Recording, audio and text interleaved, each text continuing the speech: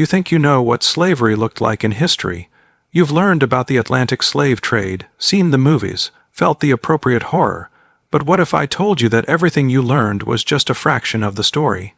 What if there was a slave trade that lasted not 400 years, but 400 years? One that didn't just enslave people, but systematically destroyed entire civilizations, erased languages that had existed since the pyramids were built, and turned human suffering into an actual mathematical formula. Today, we're diving into the historical nightmare that makes everything else look like a fairy tale, the systematic conquest practices that transformed millions of lives into inventory. You don't learn this in history classes out there because, frankly, it's too dangerous to teach. According to Ottoman archives dating from the 14th century, according to medieval Islamic legal texts from as early as the 7th century, what I'm about to share with you represents the most comprehensive system of human subjugation ever devised. We're talking about documented evidence from multiple empires spanning from the 7th century, expansion of the Arab conquests, all the way to the 20th century. Primary sources that historians have verified but mainstream education ignores. Makes you wonder what else they're not telling you, doesn't it? Buckle up because this journey through suppressed history is about to completely reshape how you see the past. Let's start with every parent's worst nightmare made into actual government policy. You know how modern parents lose their minds when their kid doesn't text back for an hour. Imagine if tomorrow government officials knocked on your door and demanded your 12-year-old son, not for school, not for camp, forever. And here's the kicker. You'd never see him again, except maybe when he returned 20 years later as one of the soldiers collecting the next generation of children. This happened to Christian families across the Balkans for over 600 years. But wait, it gets worse, and here's the really twisted part. Some of these stolen children would return as the soldiers who collected the next generation, pointing Ottoman rifles at the parents who once tucked them into bed. Picture this scene from a Serbian village in 1515. The church bells start ringing, not for Sunday service, but as a warning. Ottoman officials have arrived with their soldiers, and every Christian family knows what's coming. Boys aged 8 to 18 are dragged from their homes and lined up in the village square like cattle at market. The officials walk down the line checking teeth, measuring height, testing reflexes. They're looking for the best specimens, the healthiest, strongest, most intelligent boys. Here's what most people don't realize.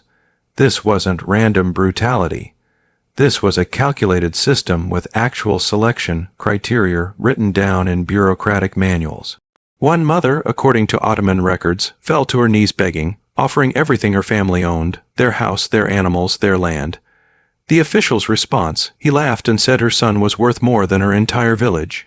Another father tried to bribe the collectors with gold he'd hidden for 20 years. When that failed, he attacked the soldiers with his bare hands. They beat him unconscious in front of his son. The boy, maybe 13 years old, watched his father's blood pool in the dirt, knowing he'd never see him again. The truly disturbing part, this scene repeated itself in thousands of villages across the Balkans, year after year, generation after generation. But here's where it gets absolutely insane. Let me tell you about Sakalu Mehmed Pasha, born Sakalovich to a Serbian Orthodox family, taken at age 10 from his village near Visegrad. His mother tried to give him a piece of bread for the journey, but the soldiers knocked it from her hands. Fast forward 40 years, and this stolen child has become the Grand Vizier of the Ottoman Empire, the second most powerful man in the known world. And what does he do with this power? He orders military campaigns against his own homeland. He literally commanded the armies that would raid Serbian villages, just like his own, stealing boys just like he had been stolen. The psychological complexity here is staggering. Imagine being so thoroughly reprogrammed that you'd wage war on your own people. Speaking of psychological complexity, Sakalu did build a bridge in his hometown, the famous bridge on the Drina. Some historians see this as a sign he remembered his origins, but the reality is darker. The bridge allowed Ottoman armies to more easily invade Serbian lands. Even his gift to his birthplace was a tool of conquest. Makes our modern identity crisis look pretty simple, doesn't it? The village of Gaur Podinir tells an even more devastating story. In 1463, Ottoman collectors took every single boy between 8 and 18. Every single one. The demographic destruction was immediate and catastrophic. Without young men, the fields went unplowed. Without sons to inherit, family lines ended. The women and elderly tried to maintain the village, but it was mathematically impossible. Within one generation, just 25 years, the village was abandoned. Archaeological evidence shows sudden depopulation, houses left with possessions inside, tools abandoned in fields, churches that simply stopped being maintained, an entire community erased, not by plague or war, but by stealing its children. Ottoman records, which they kept meticulously because bureaucracy was apparently very important, even when stealing children, provide heartbreaking testimonies from parents. One father wrote, "They took my Marco when he had just learned to help with the harvest. His mother never spoke again. She lived 10 more years, but never said another word." Another account describes a mother who went mad with grief. She would set a place at the table for her son every night for 30 years, talking to the empty chair as if he might walk through the door. The truly disturbing part is that these weren't considered tragedies by the collectors. They were considered normal operating procedures. Here's what most people don't realize about the selection process. Officials looked for specific qualities that would make good soldiers and administrators. Intelligence was prized. They'd test boys with puzzles and questions. Physical perfection was essential. Any defect meant rejection. They even checked family histories for hereditary diseases. This wasn't random cruelty. It was systematic scientific selection. They were breeding a warrior class from stolen children, and they'd perfected the process over centuries. The origins of this system date back to the 14th century, supposedly as a temporary measure during conquests.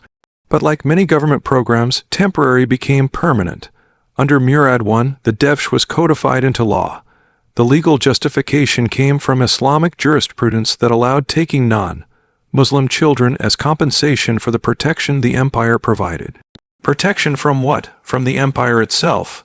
Apparently, the circular logic would be almost funny if it weren't so horrific. Historians estimate between 200,000 and 500,000 boys were taken through the Devsham system. Let that number sink in. 500,000 children stolen from their families, but the numbers only tell part of the story. Each stolen child represented a family destroyed, a community weakened, a culture under assault. The selection criteria grew more sophisticated over time. Boys needed to be unmarried, physically perfect, and preferably from rural areas. The conversion process was where the real psychological warfare began. First came isolation. Hers boys were immediately separated from anyone who spoke their language. Then came re-education, Islamic instruction, Turkish language immersion, military training. The old identity had to be completely erased. They were given new names, forbidden to speak their native languages, punished for showing any attachment to their past. But here's the genius of the system. They weren't just breaking these boys down. They were building them up into elite warriors and administrators. The Janizary Corps, created from these stolen children, became the most feared military unit in the world. Modern parents panic when their kids spend too much time on TikTok, worried about its influence. These parents watch their children get literally reprogrammed into weapons against their own people. Today, we worry about college admissions and SAT scores. These parents were deliberately breaking their children's bones to make them unfit for selection. One common practice was to cut off a finger or toe. Better a maimed child at home than a perfect one stolen forever. Some parents would blind their sons in one eye. Others would deliberately deafen them.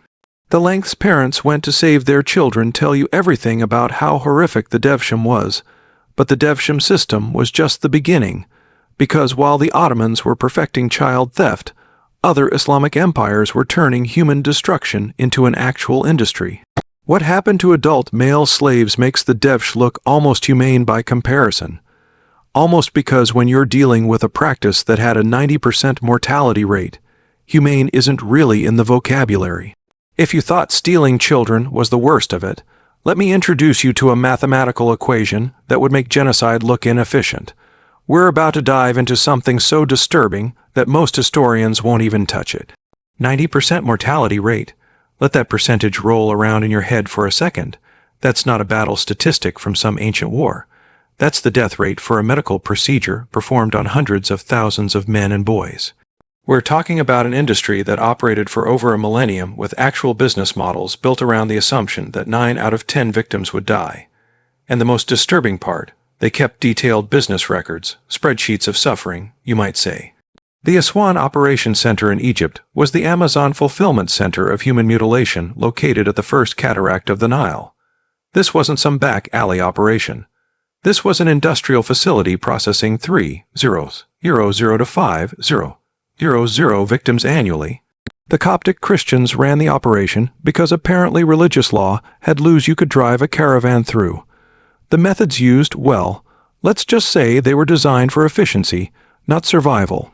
Without going into graphic details that would get this video banned, imagine the crudest possible approach to ensure the victim could never father children. Now, imagine that being done with tools that belonged in a medieval blacksmith shop, not an operating room. Here's what most people don't realize. Archaeologists have found the evidence. Mass burial sites near these centers filled with the bones of boys and young men. No names, no markers, just pits full of those who didn't survive the procedure. The skeletal remains show ages ranging from 7 to 25, with the majority being between 10 and 16. These weren't soldiers who died in battle. These were children who were mutilated for profit. Let me tell you about Jan, later known as the Prague Anak, though that wasn't the name his mother gave him. Captured at age 14 during a raid into Bohemia, he was marched over 1,000 miles to Cairo. He survived what most didn't, both the journey and the procedure. His memoir, written 40 years later when he'd risen to become a palace administrator, describes watching 30 boys die in the recovery room where he spent 3 months healing. His exact words, "It was a factory of death where angels were manufactured through subtraction," even decades later, writing from a position of power and comfort. The trauma bleeds through every word. The Ethiopian pipeline was another horror show that operated with mechanical efficiency. Annual raiding parties would sweep through villages, specifically targeting boys between 8 and 14.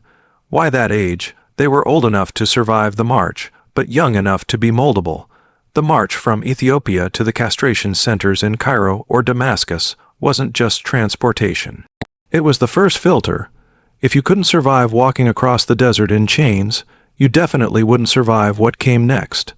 Precastration mortality rate 30 to 40%. That's before the actual procedure. But wait, it gets worse. Of those who made it to the castration centers, 90% died during or immediately after the procedure. So let's do the disgusting math here. Start with 0 captured boys, 300 to 400 die on the march. Of the 600 to 700 who reach the center, only 60 to 70 survive the procedure. Total survival rate 6 to 7%. In modern terms, that's a 93 to 94% mortality rate from capture to recovery. Makes even the worst medical malpractice cases today look like stunning successes. The economic records from Damascus are the kind of historical documents that make you question humanity. Actual price lists like some kind of ancient eBay for human misery. An intact slave boy, 50 dinars. The same boy, after successful castration, 150 to 200 dinars. The math is simple and horrifying. Despite the 90% death rate, the profit margins made it worthwhile. They actually had insurance policies on slave caravans with different rates depending on whether the slaves were intact or castrated. The insurance documents list inventory loss as a standard business expense. One Damascus merchant's ledger from 1,298 reads like a profit and loss statement from hell. Purchased 100 Nubian boys at average 45 dinars each. Transportation costs 500 dinars. Castration procedures 200 dinars, lost 91 to the procedure, sold 9 survivors at average 175 dinars each, net profit 275 dinars. He's calculating profit margins on dead children like they're spoiled produce. The banality of evil doesn't get much more banal than this. Why castration? The practice served multiple purposes in this twisted system. First, it prevented reproduction. Can't have your slaves creating new generations who might remember freedom. Second, it created total dependency. Eunuchs couldn't form families, couldn't create dynastic threats, had nowhere to go except their master's household. Third, it was about control, both physical and psychological. A man who's been mutilated in the most intimate way possible is a man who's been utterly broken. But here's the really sick part. Eunuchs were considered safe around women, making them valuable for her supervision. So the very mutilation that destroyed their humanity made them economically valuable. The market demand was insatiable. Harems needed supervisors. Palaces needed administrators who couldn't create competing dynasties. Even mosques employed eunuchs. The geographic distribution of castration centers tells the story. Cairo, Damascus, Basra, Samarkand, Cordoba. Wherever Islamic empires expanded, the castration industry followed. It was as essential to the imperial economy as taxation or trade. The scale is staggering. Historians estimate 5 to 8 million men and boys were subjected to this procedure over the centuries. At a 90% mortality rate, we're talking about 5 to 2 million deaths. That's a Holocaust-level death toll spread over a millennium, completely memorable from history. The medical knowledge existed to make the procedure safer.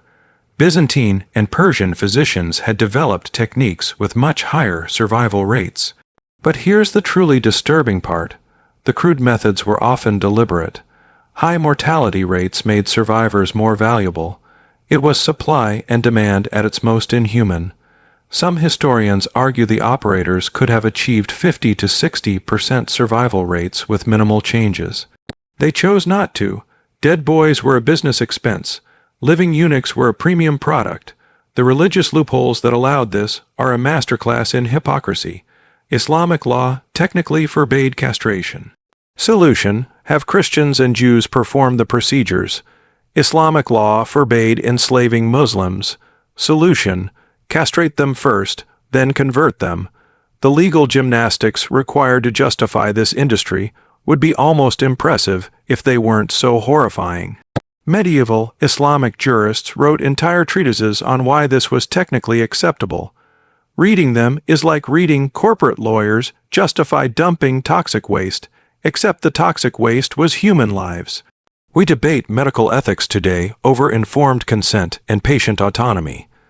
These operations had a 90% death rate, and that was considered an acceptable business loss. Modern surgery has 99.9% survival rates for even complex procedures. And we still call 1 death in 1,000 a tragedy. These people viewed 9 deaths in 10 as the cost of doing business. Makes you appreciate that boring medical consent form a little more, doesn't it? But why do they need so many eunuchs? That brings us to the slave trade that dwarfed the Atlantic crossing by 1,000 years.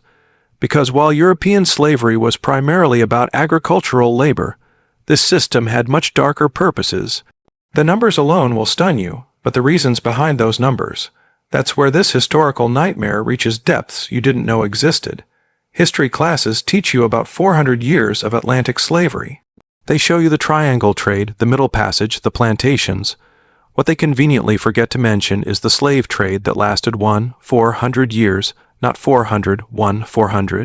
From the 7th century to the 20th, while your ancestors were still figuring out agriculture, this trade was already centuries old. When it finally ended, humans had walked on the moon. 11 to 17 million Africans enslaved. Not transported, enslaved.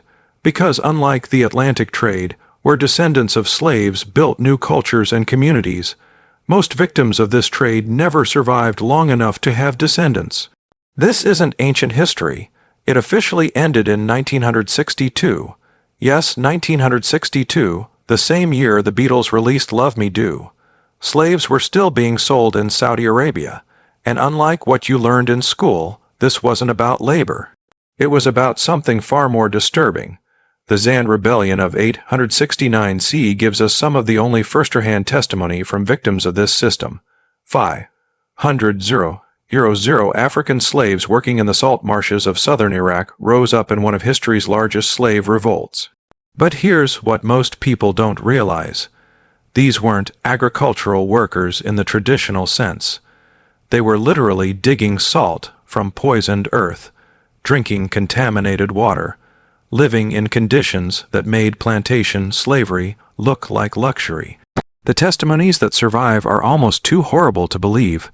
One escaped slave described how they were fed one handful of flour daily, how the salt ate through their skin, how dead bodies were left where they fell because moving them took energy better spent digging.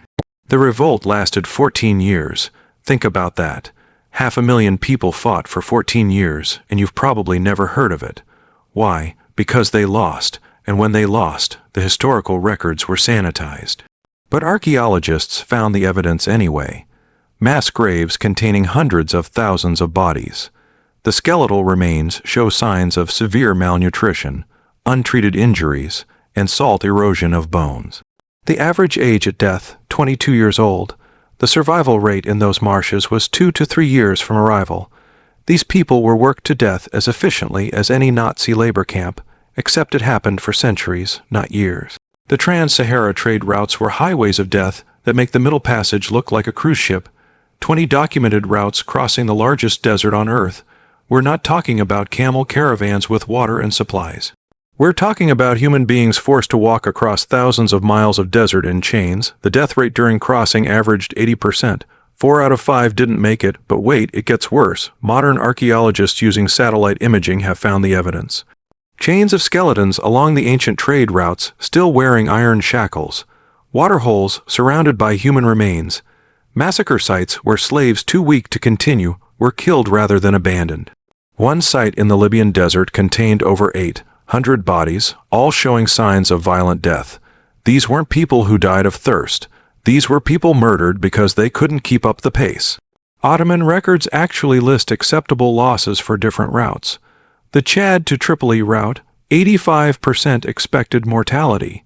The Dar to Cairo route, 75%. They calculated death rates like shipping insurance. The Zanzibar slave market operated until 1873, and we have European visitor accounts that will turn your stomach. 50,000 slaves sold annually through a single market. David Livingstone, the explorer, described what he saw. To overdraw its evils is a simple impossibility.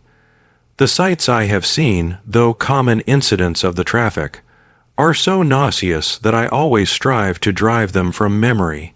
This is a man who explored unmapped Africa, who faced lions and diseases, saying the slave market was too horrible to remember. The age distribution tells its own horror story. 70% of slaves were under 18. The gender ratio, 2 females for every male. Why? Because unlike Atlantic slavery, which needed strong backs for labor, this system had different uses for human beings. Young boys for castration and military slavery. Young girls for, well, we'll get to that particular nightmare soon. The end destination documentation shows most males went to military service or died in the castration process. Most females went to harems or domestic service. Domestic service being a euphemism that hides horrors we'll address later. The Nubian tribute system might be the most cold-blooded arrangement in human history. For 600 years, Nubian Christian kingdoms paid an annual tribute of 400 slaves to Muslim Egypt. 400 humans every year for 6 centuries. That's 240,000 people turned over as human taxation. The selection process in villages was mechanically cruel.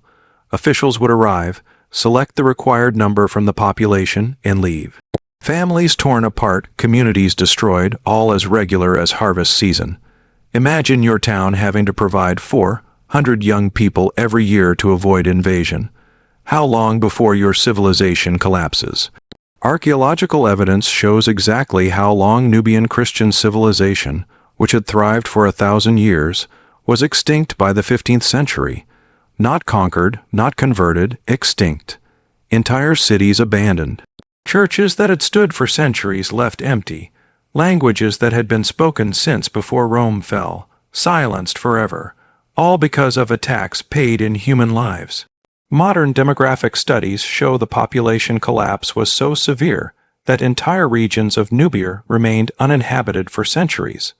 The scale comparison with Atlantic slavery reveals the hidden Holocaust. Atlantic slavery, 400 years, 12 million transported, 10 to 15% mortality during passage. Islamic slavery, 400 years, 11 to 17 million enslaved, 80% mortality during transport. But here's the key difference that explains why you know about one and not the other. Atlantic slavery, for all its horrors, left 42 million descendants in the Americas today. Islamic slavery, virtually no descendants. Where are the 17 million Africans who were enslaved? Where are their children, their grandchildren? They don't exist. The reason is simple and horrifying. This system wasn't designed for labor that could build families and communities. Males were castrated or worked to death. Females were absorbed into her where their children, if they survived childbirth, were often killed or raised as slaves themselves. There was no emergence of new cultures, no communities of descendants to tell their stories, no museums or memorials because there's no one left to remember. It's a genocide so complete that it erased its own memory. We have heritage months and museums for 400 years of Atlantic slavery, as we should. That history is preserved, studied, remembered. The descendants of slaves became presidents and poets, scientists and soldiers. They built jazz and hip-hop, changed literature and politics. This 400-year Holocaust has no museums, no remembrance, no descendants to demand recognition. Because unlike plantation slavery, where humans were livestock to be bred, this system consumed humans like fuel. Use them up, throw them away, get more. The modern contrast is stark. We have international laws against human trafficking, UN resolutions, Interpol task forces. This was human trafficking as official state policy for over a millennium. Actual government departments managing the slave trade, tax revenues calculated on human sales, military campaigns specifically designed to capture slaves. The bureaucracy of bondage was as organized as any modern government department. They had quality standards, transportation regulations, market inspections. The paperwork survives in archives from Istanbul to Cairo, forms for slave purchases, receipts for human beings, the banality of evil filed in triplicate. But human trafficking was just one tool in the toolkit of cultural annihilation. The real genius, if you can call systematic evil genius, was in the economic warfare that made resistance mathematically impossible. Because why waste energy conquering people when you can make them destroy themselves? The Giza and carriage tax system was a masterpiece of calculated cruelty that would make modern economic hitmen look like amateurs. Forget military conquest. Forget dramatic battles and heroic last stands. The real weapon was mathematics, a formula that guaranteed poverty so crushing that survival itself became submission. The Giza and carriage taxes weren't about revenue. Think about that for a second. These weren't taxes designed to fund the government. They were precision instruments of cultural destruction, calculated to break people without firing a shot. 50 to 80% of everything you grew every year for centuries. Not 50% of your profit, 50 to 80% of your total harvest. Imagine working all year knowing most of your harvest would be seized, and you still had to pay additional tax while being physically humiliated. Modern tax protesters complaining about 30% rates would literally die under this system, and that was the point. Let's look at the Egyptian Coptic farm records from 950 CE, because nothing illustrates systematic oppression quite like actual accounting documents. A typical Coptic Christian farming family harvest of 100 units of grain. Carriage tax 70 units taken by tax collectors. That leaves 30 units for a family of 8 to survive an entire year. But wait, it gets worse. Those 30 units, they also need to save seed for next year's planting. So really, they have maybe 20 units of food for 8 people for 12 months. The children's deaths from malnutrition were documented by the tax collectors themselves. Not out of compassion, but because dead children meant fewer future taxpayers. One tax register notes, 3 children of Bros, the farmer, died this winter. Expected tax revenue reduced by future projections. They're calculating the fiscal impact of starved children like a spreadsheet error. The truly disturbing part, this family was considered lucky. They only lost 3 children, their neighbors lost 5. The eldest son of this family, facing the mathematical certainty of watching his younger siblings starve, made the only rational choice available. He converted to Islam. Immediately, the family's tax burden dropped from 70% to 25%. The harvest that couldn't feed 8 people suddenly became survivable. His conversion saved his siblings' lives, but here's the really twisted part. He could no longer inherit the family land. Under Islamic law, he couldn't inherit from his Christian parents. So, he saved his siblings by ensuring the family farm would be sold to Muslims when his parents died. Survival today, extinction tomorrow. The mathematics of cultural genocide. The Damascus Jesus ceremony was psychological warfare perfected over centuries. Every year, Christian and Jewish men had to pay the religious tax in a public ceremony designed for maximum humiliation. You didn't just pay, you performed your own degradation. The taxpayer would approach on his knees. The tax collector would strike him on the neck while declaring him subjugated. The blow was symbolic, but the message was clear.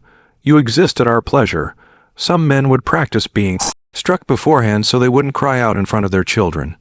Imagine the conversation. Don't worry, son. When you're older, you'll get hit, too. One Damascus Christian wrote in his diary today, I paid the jizya for the 23rd time. My son watched for the first time. I saw in his eyes the moment he decided to convert. I cannot blame him. This wasn't just about money. It was about breaking spirits in front of the next generation, making fathers look weak in front of their sons, making men perform their own humiliation while their families watched the psychological damage passed down through generations like an inherited disease. The Armenian village of Kebed provides a case study in mathematical extermination. In 1562, the regional governor increased taxes to 90% of production. Not a typo, 90%. The village leaders protested, pointing out the obvious. This was a death sentence. The governor's response, then die or convert. When the village attempted resistance, gathering weapons and blocking tax collectors, the response was swift and brutal. Ottoman records list the punishment, every 10th man executed. Taxes increased to 95% for 5 years. All weapons confiscated, and children taken for devshirm as punishment. The population records tell the rest of the story. 1,565 inhabitants, 1,565 50 inhabitants, and 90% population reduction in 5 years. Where did they go? Some converted and moved to Muslim districts. Some fled to the mountains to live as bandits. Most died. The cemetery records show the progression. First the elderly, then the children, then women, finally the men. Starvation follows a predictable pattern. The Ottoman tax records note the village was no longer productive by 1566. They'd extracted every bit of value, then moved on to the next village, rinse and repeat across the empire. The Andalusian Jewish community's destruction shows how the economic weapon evolved over time. From 711 to 1066 C, we can track the progressive tax increases through their own financial records. Year 1, 35% tax rate, sustainable if difficult. Year 50, 45% rate plus restrictions on business ownership, challenging but survivable. Year 155% rate, banned from most profitable trades, families starting to convert. Year 2, 170% rate, property confiscations beginning, mass conversions. Year 3, 185% rate, cannot own land, restricted to specific neighborhoods, community in collapse. Year 3, 155, massacre of remaining population, survivors expelled. The truly insidious part, this took centuries. No single generation faced the full transformation from prosperous community to extinct civilization. Each generation faced just slightly worse conditions than their parents. The proverbial frog in slowly boiling water, except the frog was entire civilizations, and the water was economic strangulation. The mathematical impossibility of advancement was built into the system. Let's say you're a Christian craftsman. You make beautiful pottery. Under the tax system, you pay 60% of your income in various taxes. Your Muslim competitor pays 10%. You need to charge higher prices just to survive. Customers buy from him instead. You can't save money to expand. You can't invest in better tools. You can't hire apprentices. Your son watches you work twice as hard for half the reward. What lesson does he learn? The only way to succeed is to abandon your faith. The tax system wasn't collecting revenue, it was purchasing conversions. Inheritance laws added another layer to the extinction formula. A Christian's wealth was taxed at death. If his son converted to Islam, the son couldn't inherit. If he didn't convert, the inheritance taxes often consumed the entire estate. Either way, generational wealth accumulation was impossible. Muslim families could build wealth over centuries. Christian and Jewish families reset to zero every generation. It's compound interest in reverse. Instead of wealth growing exponentially, it disappeared exponentially. Additional taxes piled on like weights designed to break backs. Military exemption tax, pay extra for the privilege of not serving in armies that would attack your own people. Road use tax, pay to travel between towns. Market tax, pay extra to sell your goods. Church repair tax, pay for permission to fix your own place of worship. Water tax, bridge tax, gate tax, death by 1,000 cuts, except each cut was calculated to bleed you slowly, not kill you quickly. Dead people don't pay taxes. Desperate people do anything to survive. We complain about 20 to 30% income tax rates today. We protest, vote, sometimes even revolt over tax increases of a few percentage points. These people faced 80% taxation plus systematic humiliation. The mathematical certainty of generational poverty wasn't a side effect, it was the intended outcome. Modern economic warfare looks subtle compared to this. The IMF demanding structural adjustments seems almost kind next to tax rates designed to cause starvation. But taking their wealth was just the appetizer. The main course was erasing their entire civilization because money, after all, is just a tool. The real target was memory itself. How do you delete a civilization so thoroughly that future generations don't even know it existed? That's where our story takes its darkest turn yet. When we say lost civilizations, we imagine natural disasters or mysterious disappearances. Atlantis sinking beneath the waves, the Maya abandoning their cities. But what if I told you some civilizations were deliberately deleted, not conquered and absorbed, not transformed or evolved, deleted, like highlighting text and hitting backspace? Languages spoken since the pyramids were built, gone. Religions practiced for millennia erased. Entire cultures systematically removed from existence. This wasn't collateral damage from war or the natural flow of history.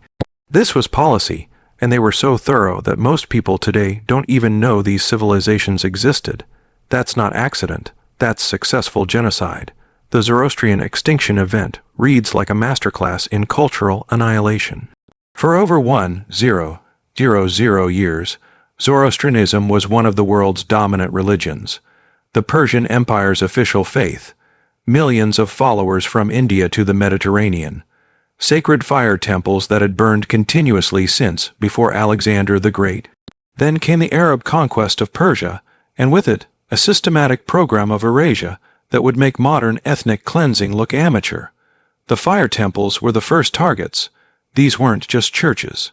They were libraries, schools, community centers, the heart of Zoroastrian civilization. The sacred fires, some burning for over a millennium, were extinguished, not accidentally during battle, deliberately, ritually. The priests were forced to watch as invaders poured water on flames their ancestors had tended for 50 generations. Then those priests were given a choice, convert or die. The execution records from just one decade show 40 Zoroastrian priests killed. That's not soldiers, that's clergy. Imagine if someone systematically executed every priest, minister, rabbi, and imam in America. That's the scale we're talking about. Sacred texts burned publicly in city squares. The Avesta, the Zoroastrian holy book, existed in millions of copies across the Persian Empire. Today, we have fragments. The systematic destruction was so complete that modern Zoroastrians have to reconstruct their own religious texts from scattered surviving pieces. Imagine if Christianity had to piece together the Bible from a few scattered verses that survived book burnings.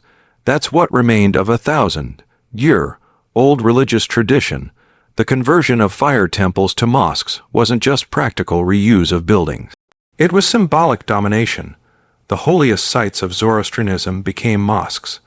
Believers had to watch their sacred spaces become centers of the religion that destroyed theirs. Some fire temples were demolished stone by stone. The materials used to build mosques, others were converted intact, forcing Zoroastrians to see their holy places transformed daily. The psychological warfare was exquisite in its cruelty. The survivors who refused to convert fled to India, becoming the Parsi community. From millions to thousands, scattered refugees carrying what remained of their civilization in memory and hidden texts. Today, there are fewer Zoroastrians worldwide than there are people in a small city. A religion that shaped Persian civilization for over a millennium reduced to an endangered minority. That's not natural cultural evolution. That's successful extermination. But the Zoroastrian genocide was just practice. Mahmud of Ghazni turned temple destruction into an industry. Between 100 and 1027 C, his armies destroyed an estimated 50 temples across northern India, not damaged in battle, destroyed methodically, systematically. His own court historians, writing to glorify him, documented the process in detail that would make Nazi record keepers proud. The Somnath temple alone contained wealth accumulated over centuries. Gold idols melted down into coins. Silver ornaments shipped back to Ghazni. The famous temple doors, masterpieces of Hindu artistry, taken as trophies. But here's the truly twisted part. The main idol was broken into pieces and embedded in the steps of Ghazni's mosque. Every Muslim entering the mosque would step on the Hindu god. The message wasn't subtle. Your gods are beneath our feet. The gold from Somnath alone was worth an estimated $80 billion in modern currency. This wasn't just cultural destruction, it was cultural destruction that paid for itself. Mathura, the birthplace of Krishna, received special attention. The city's temples weren't just destroyed, they were erased. Archaeological excavations show layers of destruction so complete that modern archaeologists struggle to reconstruct what existed. One inscription found in the ruins written by a Hindu priest as the destruction began reads, "The screams of stone as our gods die echo in my ears.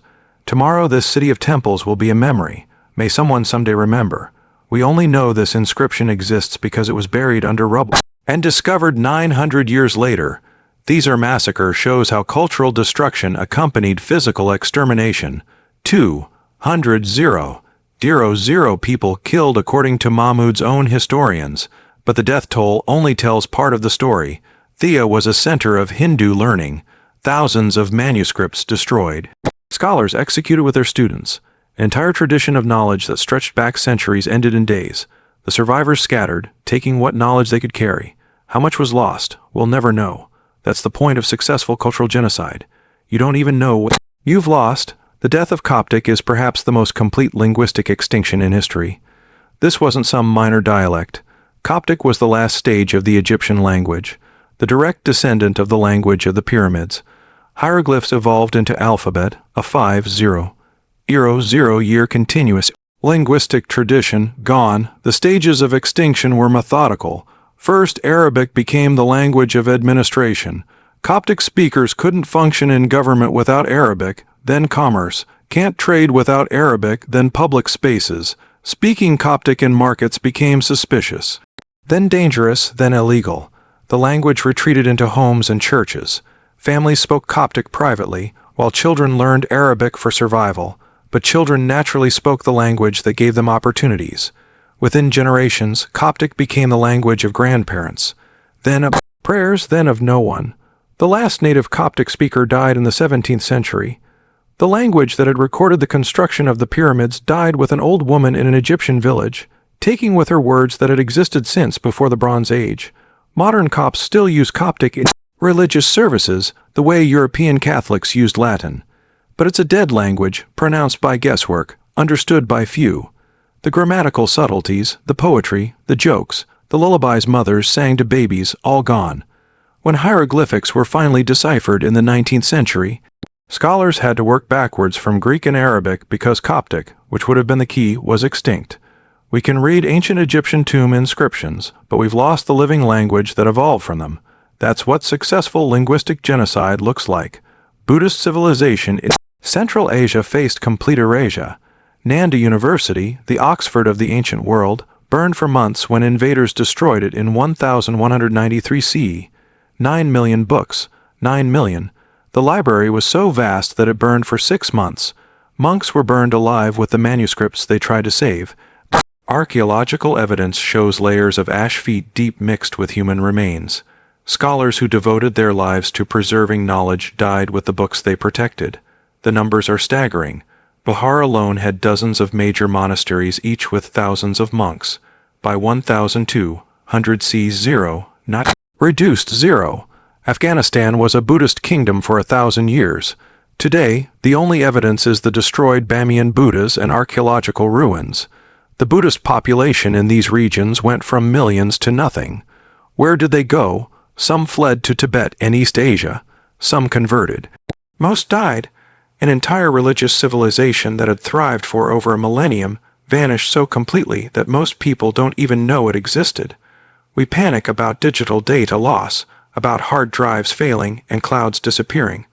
These civilizations lost everything: language, religion, history, art, literature, philosophy, science. Imagine if English vanished tomorrow, not just as a spoken language, but all books in English burned, all records destroyed, the alphabet itself forbidden. Imagine if Christianity, Judaism, and secular Western culture was systematically erased. Churches and synagogues demolished or converted, the Bible and Torah burned, priests and rabbis executed. Imagine if every university was destroyed, every library burned, every scholar killed. That's not imagination for millions of people. That's history. But they saved the worst systematic abuse for the most vulnerable population of all. Because everything we've covered so far, the slavery, the economic destruction, the cultural genocide, at least had some twisted military or economic logic. What happened to women under this system was pure systematic dehumanization on an industrial scale. And the numbers will make your blood run cold. Everything we've covered so far had military or economic logic. Twisted evil logic, but logic nonetheless. Stealing children created soldiers. Castration created administrators. Economic oppression funded empires. This final system was pure systematic. Dehumanization on an industrial scale. 1. 5 million women. That's not a total population figure. That's the Ottoman Empire alone. Just one empire. The real number across all Islamic empires over 14 centuries. Historians can't even calculate it. These weren't concubines or courtesans with some semblance of status. This was systematic rape as state policy regulated by law, organized by bureaucracy, and hidden from history. And the most disturbing part, families were so desperate to save their daughters from this fate that they would mutilate their own children because a scarred face was better than what awaited pretty girls. The Crimean slave port of Kafir was the human trafficking capital of the medieval world. 20,000 women annually passed through this single port. That's 55 women every single day, bought and sold like livestock. The age documentation preserved in Ottoman archives reads like evidence from a war crimes trial. Primary age range 12 to 25, peak value 14 to 16. The younger the better, as long as they'd reached puberty. The sorting process was methodical. Women were stripped, examined, categorized by appearance and ethnicity. Slavic women commanded higher prices. Sassions were considered the gold standard. African women were cheapest. There were actual price lists, like a restaurant menu of human misery. British naval officers in the 1,850s trying to suppress the trade left horrified testimonies. One officer wrote, "I've seen battle. I've seen men die. Nothing prepared me for seeing children sold for purposes that cannot be written in a report to the Admiralty." Another described watching a 13-year-old girl sold to a buyer who already owned 40 women. She looked at me as if I might save her. I was armed. I had men. We did nothing. The law permitted this atrocity. 85% of women sold through Kafir went to hers. The other 15% domestic slaves, though domestic covered horrors we can't describe on YouTube. The Topkapi Palace records in Istanbul provide the most complete documentation of industrial sexual slavery. At its peak, Palace harem contained over 2,000 women. These weren't willing participants in some oriental fantasy. These were kidnapped girls and women stolen from their families, sold into sexual servitude. The procurement invoices have survived. Actual paperwork documenting the purchase of human beings for Sexual abuse. Received 12 Scashan girls, ages 13 to 16, good health intact. That's an actual line from an actual document preserved in the Ottoman archives. The death rates inside her tell their own story. Suicide was endemic. Murder by rivals was common. Women who became pregnant by the Sultan might be elevated or might be killed by jealous rivals. Children born to slave women faced terrible fates. Boys might be accepted if acknowledged by their father. Girls often became slaves like their mothers. Unwanted pregnancies ended in forced abortions or infanticide. One French ambassador visiting the Ottoman court wrote in cipher to avoid diplomatic incident. The screams from the harem can be heard in the ambassadorial quarters. We pretend not to hear. What else can we do? Escape attempts were punished with tortures that can't be described here. Women caught trying to flee were made examples to terrorize others into submission. The palace records list punishments with bureaucratic indifference. Aishi, Georgian, age 19, attempted escape. Standard punishment applied. Died day 3. What was the standard punishment? Historical accounts suggest it involved devices, methods that would violate every content policy on this platform. The woman named Aisha, that wasn't even her real name. Slaves were renamed upon purchase, their identities erased along with their freedom. The Saracen trade represents perhaps the most disturbing chapter in this horror show. Entire ethnic group became synonymous with sexual slavery. Saracen women's beauty became a curse that destroyed their civilization. The demand was so high that Saracen families faced an impossible choice: sell their daughters into slavery or watch them be kidnapped. Some families chose a third option, intentionally scarring their daughters' faces to make them less desirable. Imagine being a parent who disfigures your own child because that's better than the alternative. One Sashan folk song from this period, translated from oral tradition, goes, "My daughter, forgive the knife in my hand. The scar I give you is a mother's love. Better you live ugly and free than die beautiful in chains." The fact that mutilating your own children was considered an act of love tells you everything about how horrific the alternative was. Entire villages would hold ceremonies where young girls were scarred to protect them. The Russians, who eventually conquered Sikasha in 1864, found a culture so traumatized by centuries of slave raids that many welcomed conquest as protection. Baghdad in 1258 provides a snapshot of the system's final horror. When the Mongols conquered the city, they found the last Abbasid caliphs containing 700 women, 700 human beings whose names weren't even recorded. The Mongol chronicles, not exactly squeamish about violence, describe what happened next in vague terms.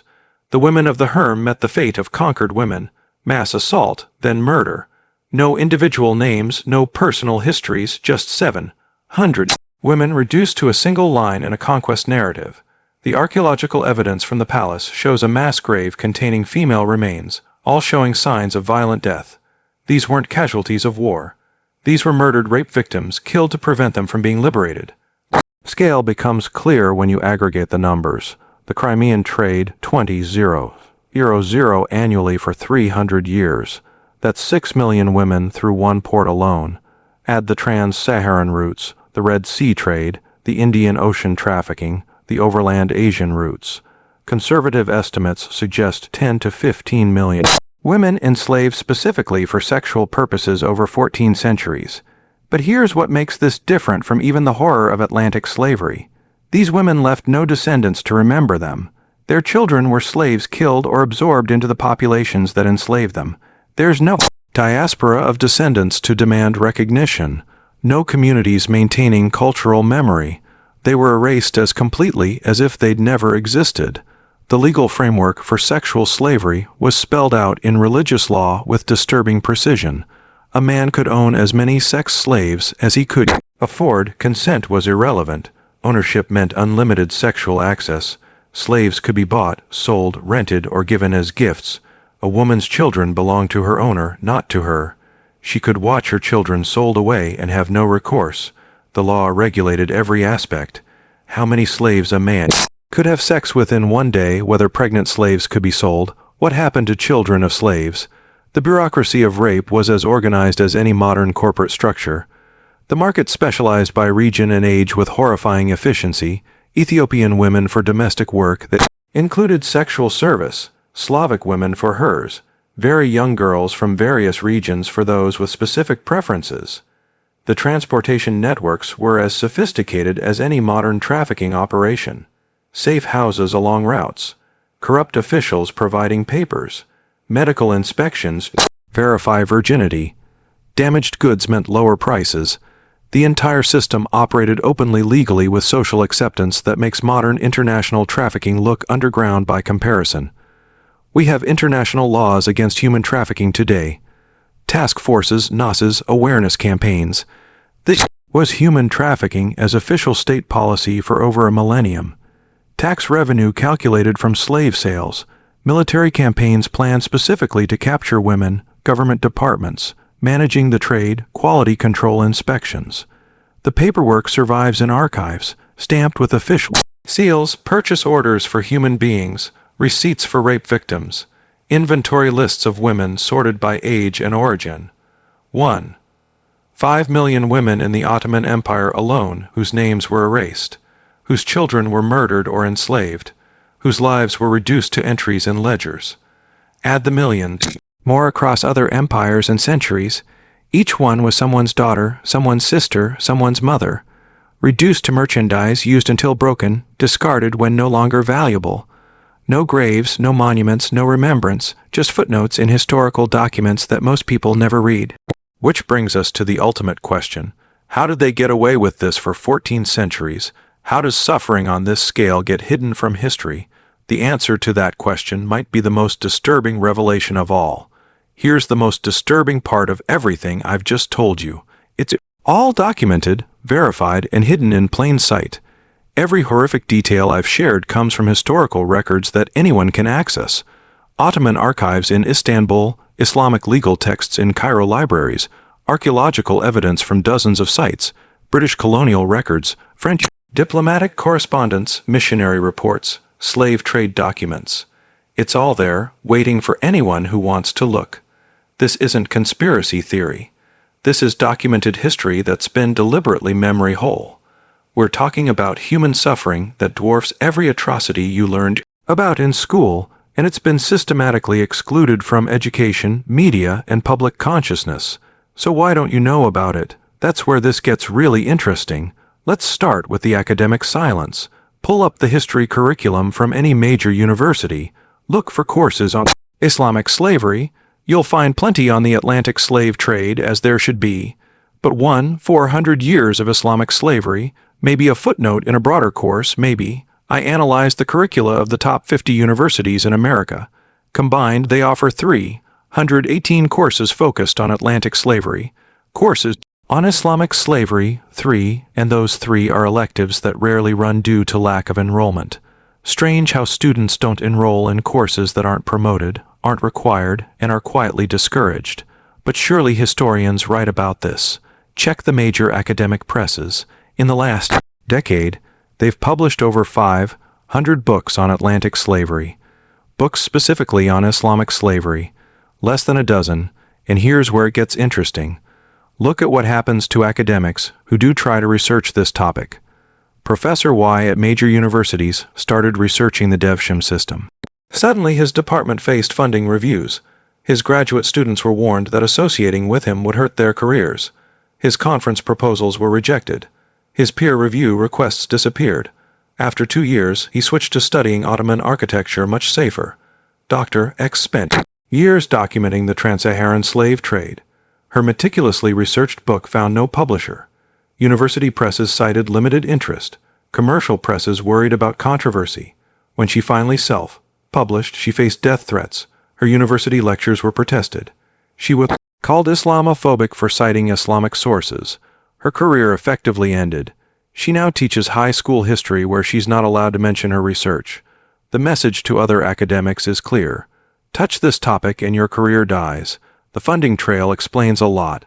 Middle Eastern study departments across the West receive millions in donations from Gulf states.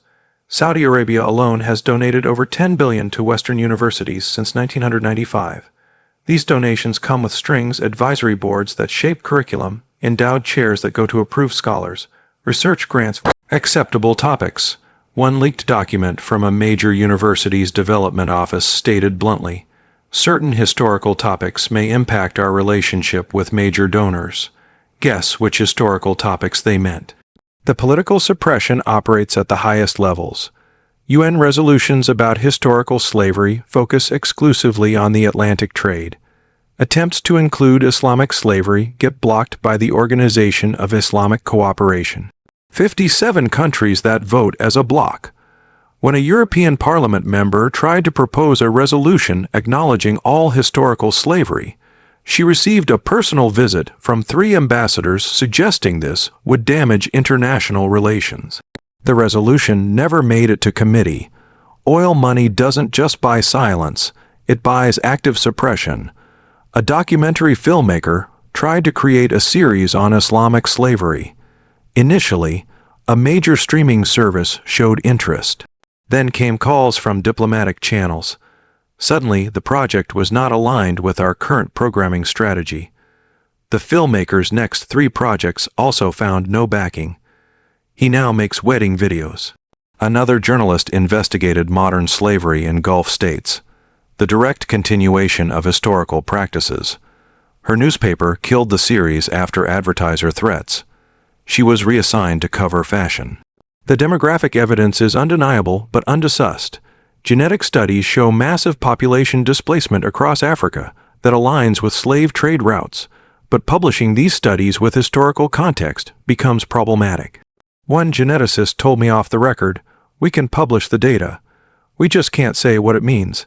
Satellite archaeology has located thousands of sites related to Islamic slavery, castration centers, slave markets, mass graves. Getting permits to excavate, impossible. The sites remain untouched. Their evidence buried. The missing populations across Africa tell a story no one wants to hear. Entire regions depopulated, gender ratios skewed for centuries, cultural groups vanished, languages extinct. But connecting these facts to Islamic slavery, that's career suicide. One demographic historian calculated that the Islamic slave trade reduced Africa's population by 112 million peopling. Not just those enslaved, but those killed in raids, those who died resisting the children never born because their parents were taken. His paper remains unpublished. No journal will touch it. Continuation problem makes this history impossible to discuss. Slavery was officially legal in Saudi Arabia until 1962. Mauritania didn't criminalize it until 1981, and it still continues. In 2017, CNN filmed a slave auction in Libya. Actual humans being sold in the 21st century. The international response, muted concern, no invasion, no sanctions, no international criminal court. Because addressing modern Islamic slavery means acknowledging historical Islamic slavery, and that's the third rail, no one will touch. Look at the language we use. Atlantic slavery is called what it was, slavery. Islamic slavery gets euphemisms, unfree labor, servitude, the Arab trade. We have a Holocaust museum in Washington, D.C., preserving the memory of 6 million Jews killed over 12 years. The 17 million Africans enslaved over 14 centuries. No museum, no memorial, no remembrance.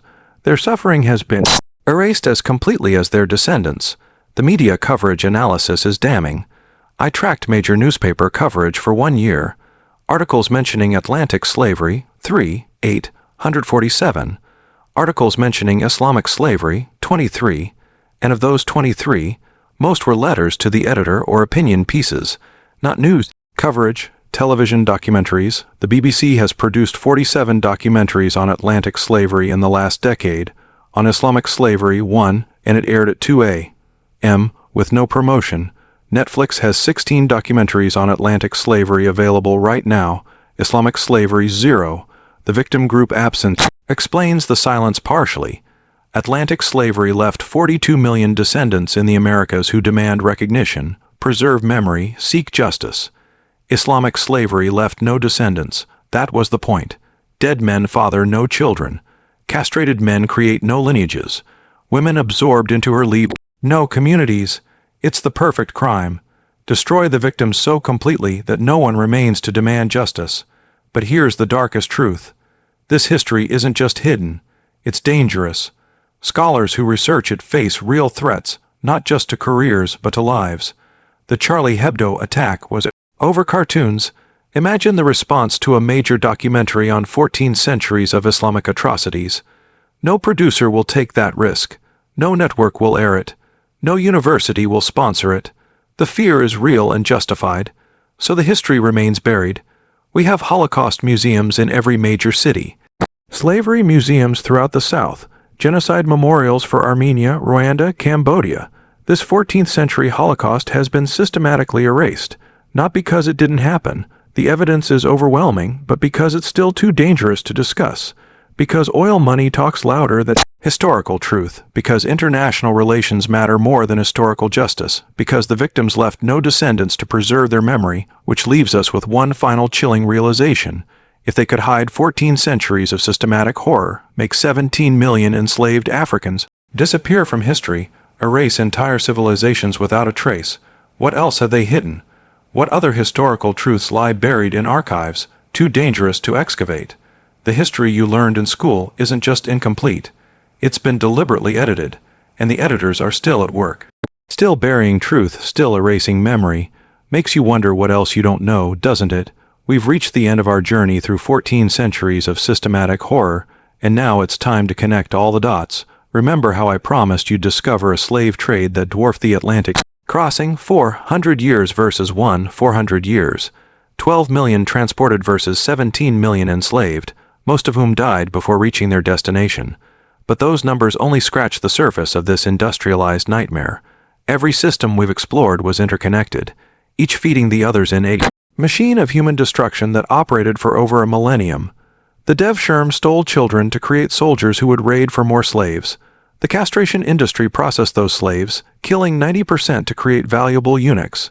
The slave trade itself fed the harems and labor camps.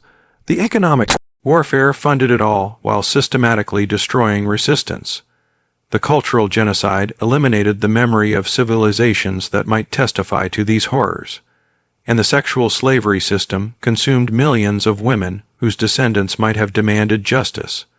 The total scale defies comprehension. 500,000 boys stolen through Devsham, 5 to 8 million subjected to castration with only 10% surviving, 17 million enslaved Africans, most dying in transport, entire civilizations erased, Zoroastrians, Buddhists, Coptic Christians, 10 to 15 million women trafficked for sexual slavery.